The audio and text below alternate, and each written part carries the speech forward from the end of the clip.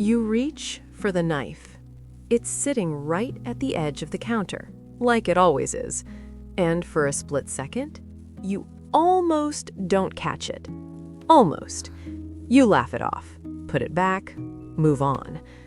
But here's what you don't know yet. That moment, that almost, it's not bad luck. It's not carelessness. It's something much more interesting than that. Most of us think kitchen accidents happen to other people, to distracted people, tired people, people who weren't paying attention. But the truth is stranger than that. And honestly, a little humbling, because the most common kitchen injuries in the world, burns, cuts, falls, they don't happen when people are rushing or being reckless. They happen in the most ordinary moments.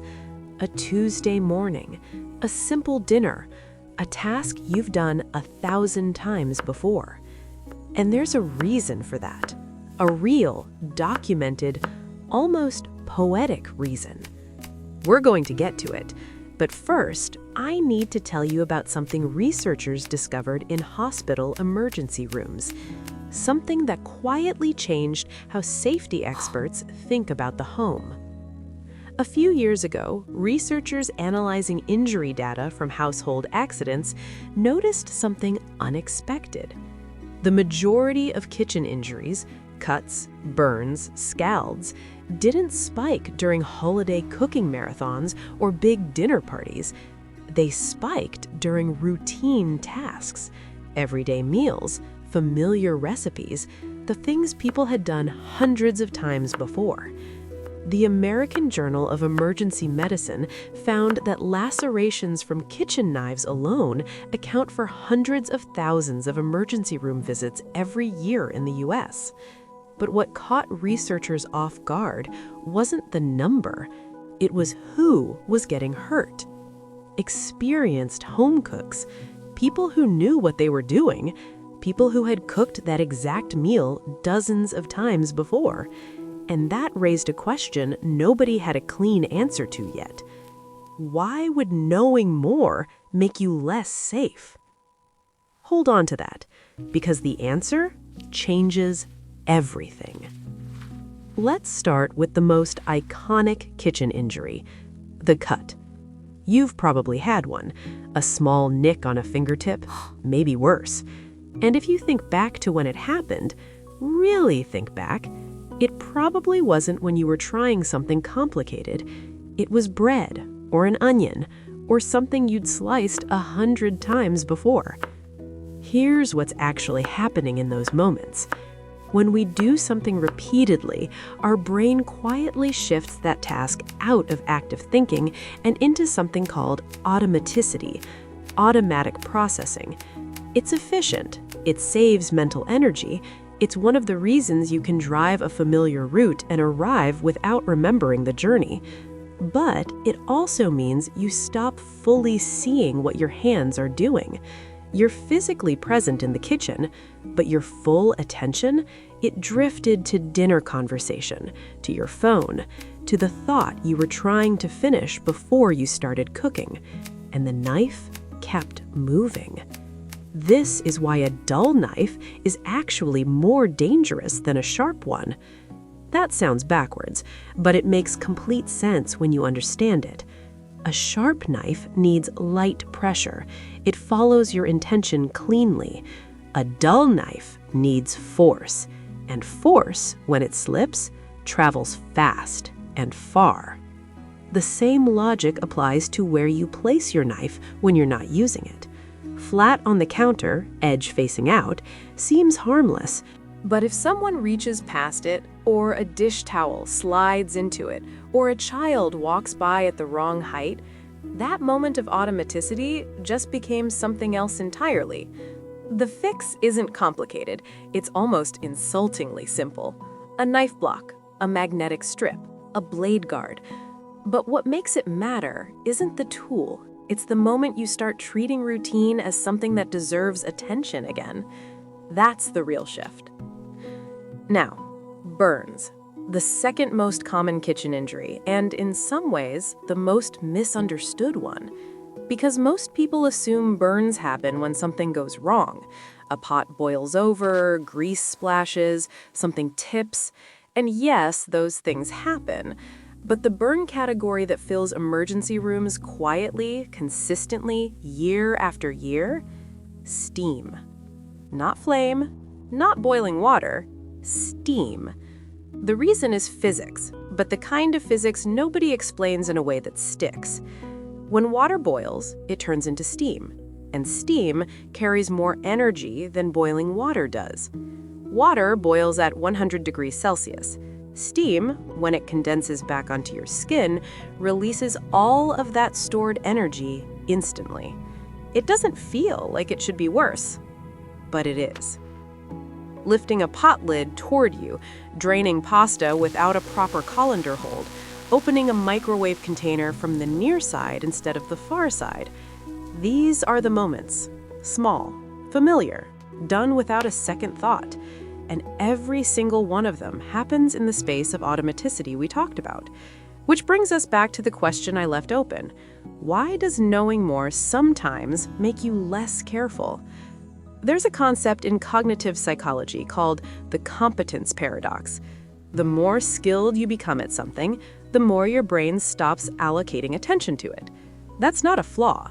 That's the brain being brilliantly efficient. It's building shortcuts so that you can do more, think about more, hold more at once. But in environments where things can go wrong fast, like a kitchen with live flame, boiling water, and sharp metal, that efficiency has a cost. A 2011 study published in Psychological Science found that people performing well-practiced tasks were significantly more likely to make errors during routine execution than beginners were. Beginners watch their hands. Experts trust the motion, and that trust in the kitchen is exactly what the injury was waiting for. This isn't a reason to be anxious. It's not a reason to second-guess every move you make. It's a reason to bring deliberate moments back into routine. A pause before you lift the lid, a glance before you reach, a single second of intention before the task your hands already know how to do. That's all it takes. One conscious moment stitched back into a habit that had gone completely silent. Here's the one nobody talks about enough: falls.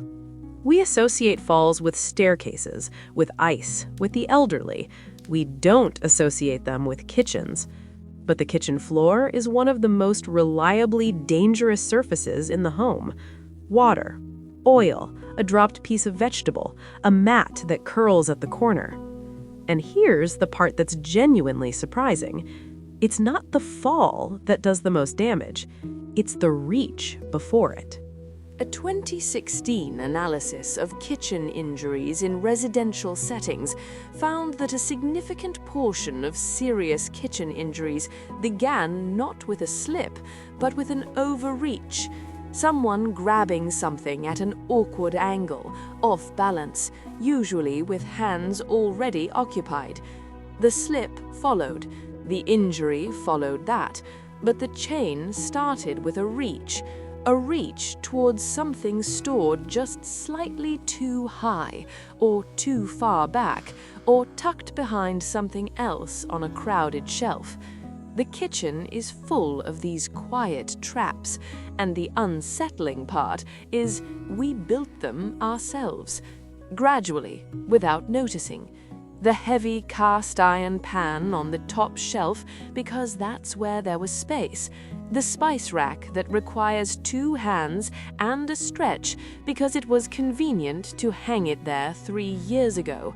The trash can positioned just far enough away that you walk toward it a little too fast, hands full, not quite looking where you're going.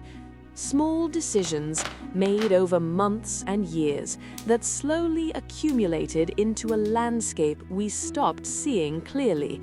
We stopped seeing it because it became ours, and that's exactly the moment it became invisible.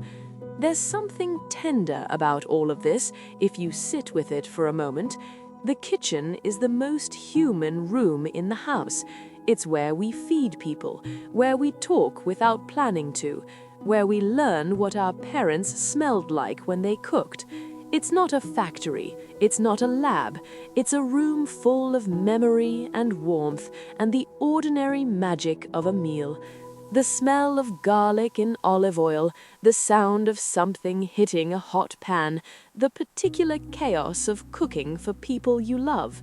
And that's exactly why it catches us off guard. We're not guarded there, we're comfortable. And comfort, real, genuine comfort, means our brain has lowered its alert level, which is exactly what it's supposed to do in a safe place.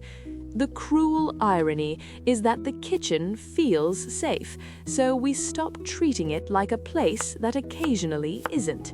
We forget that warmth and danger can live in the same room, that the same stove that fills the house with something wonderful is also, in the wrong moment, the thing that burns you. There's a principle in environmental design called affordance, the idea that a space either invites safe behavior or unsafe behavior based purely on how it's arranged. Researchers studying home injury prevention have found that simple layout changes, moving sharp tools away from counter edges, storing heavy items at waist height, placing a non-slip mat near the stove, reduce injury rates measurably. Not because people suddenly become more careful, but because the environment stopped requiring them to be. The safest kitchens aren't the ones with the most cautious people. They're the ones designed so that the default action is already the safe one. The knife is already back from the edge, the handle is already turned inward, the mat is already flat. Nobody had to remember. The room remembered for them.